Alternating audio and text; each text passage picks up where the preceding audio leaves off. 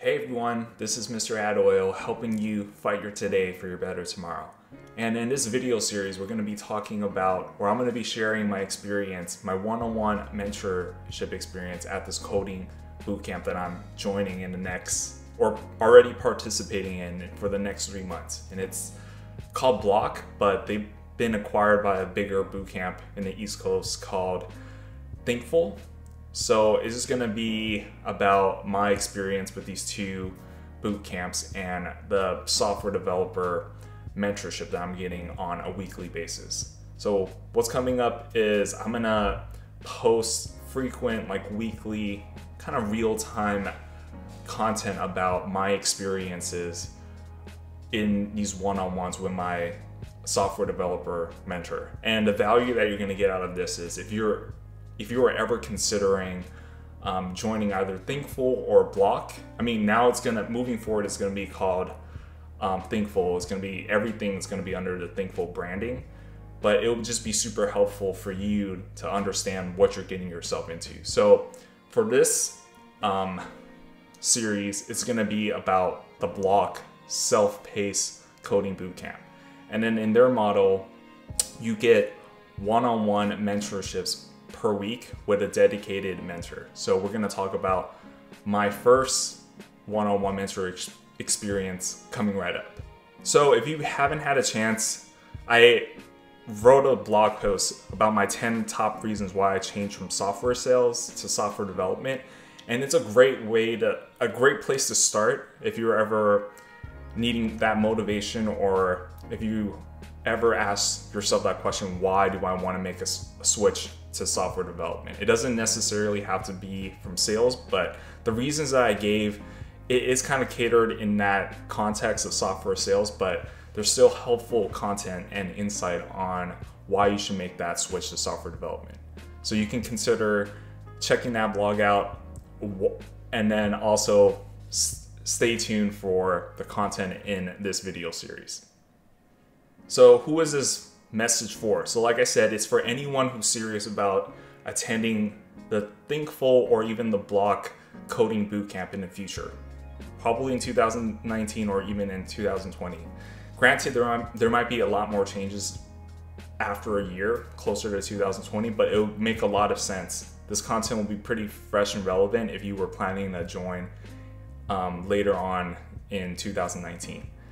And the way you would use this type of video series content is you're just getting real-time feedback and insight into my experience and my feedback and critique of this learning experience from the Thinkful Bloc coding bootcamp.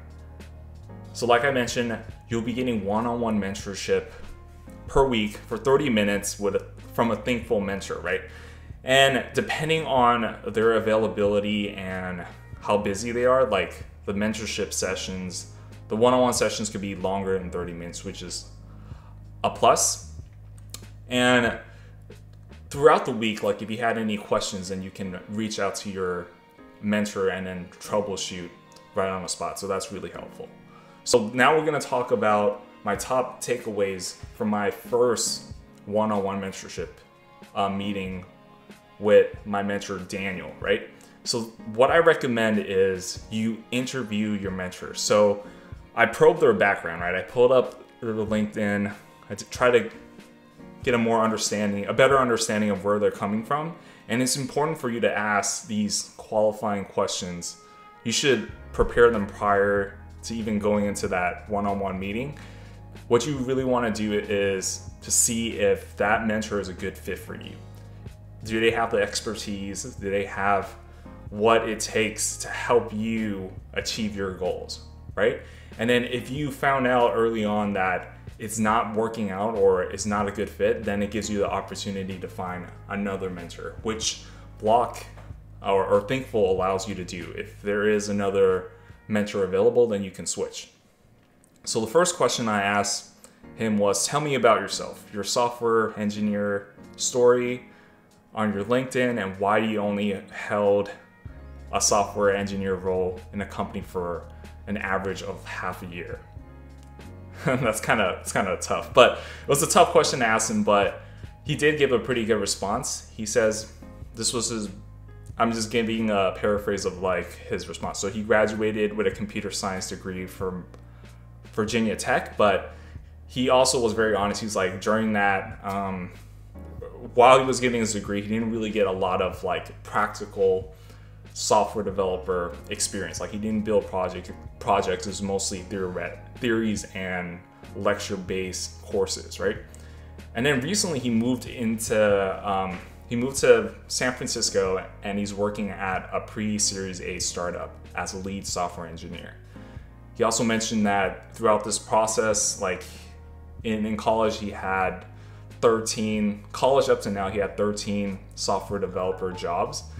And he kept jumping, well, we're gonna talk about it later, but he accumulated like 100+ technical interview experiences. So that's pretty helpful. When I heard that, I was like, oh, that's pretty helpful. That means he would understand how to help me or help other people or students land their first software developer job. And he also mentioned why he jumped around companies frequently, right? And he said it was because there wasn't a mutual fit. He's like very entrepreneurial, and he wanted a company where he can grow as an engineer and not just be in a pseudo manager type of role. But he does recommend, like I recommend, or something that I'm gonna do is like when you get your first gig, try your best to stay in that gig for at least 2 years so you can get that experience and mature as a software engineer. And then throughout that 2-year experience, when you come out, like you'll be a different person based on that experience. And then the next question that I asked was about their student or mentee's success stories, right? It's important to kind of probe your mentor on these questions to see if they helped another student in the past reach success or reach their goals. So I asked him, how have you mentored other Bloc Thinkful students to hit their goals and be successful as a software engineer?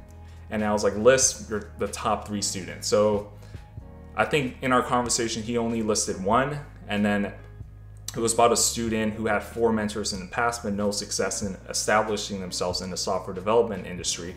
And then after he met Daniel, that student was able to land an internship job as a React developer with his uncle. And that was like 3 weeks after he met Daniel while he was in this coding bootcamp. So that's a pretty cool story. My only critique on that is like, this guy probably, he's a unicorn example because he already had connections. He had 4 different other mentors in the past, and his uncle probably owned a company or a business where they needed developer talent, and then it was just personal connection and he got in that way. So it's still an example, but I wouldn't say it's like the best example. Another tip that he mentioned during this process was, or this interview was, start applying to jobs earlier. So one of the reasons he mentioned that was because these interview cycles for software developers are long. They take up to like 4 weeks. That's pretty good advice. And then he also mentioned apply anyways. Like even if a job has a written requirement of like you need 3 to 5 years experience or a computer science degree, you should apply it anyways because they're usually written by recruiters or people from HR who don't really understand the role and what it really takes in that type of function on the technical side. So it's better to apply anyways and try your luck that way and not be discouraged by those so-called hard requirements. And he also mentioned that if you were able to land a job offer while you're still in bootcamp, like finish the bootcamp like it was like an internship and then focus on learning versus trying to get a job, which is like the sole purpose of why, I mean, the majority, like 80%, 90% of the reason why students join a coding bootcamp, which is to switch careers and get a job. He also mentions that it's good to build relationships with companies ahead of time, right?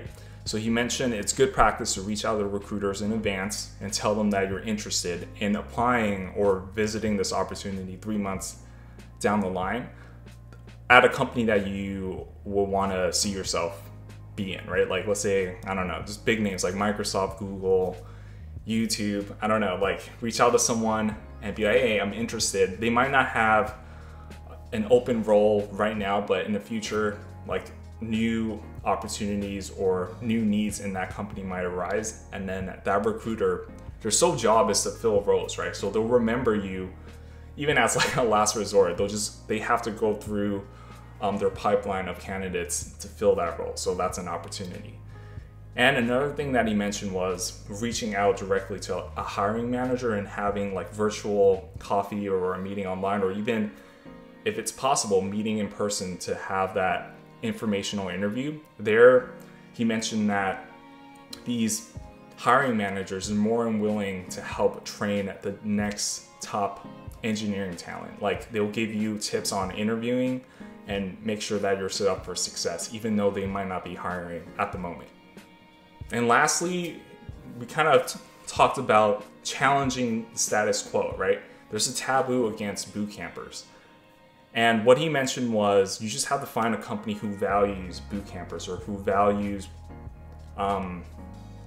software engineers who had a non-traditional background, who did not graduate with a computer science or technical degree, but who through their tenacity, through hard work, within maybe like less than a year, some people like in 3 months, were able to build up enough technical knowledge, technical skills to do the role well. So yeah, like I said, graduating from a coding bootcamp, putting that on your resume, or just saying that during the interview,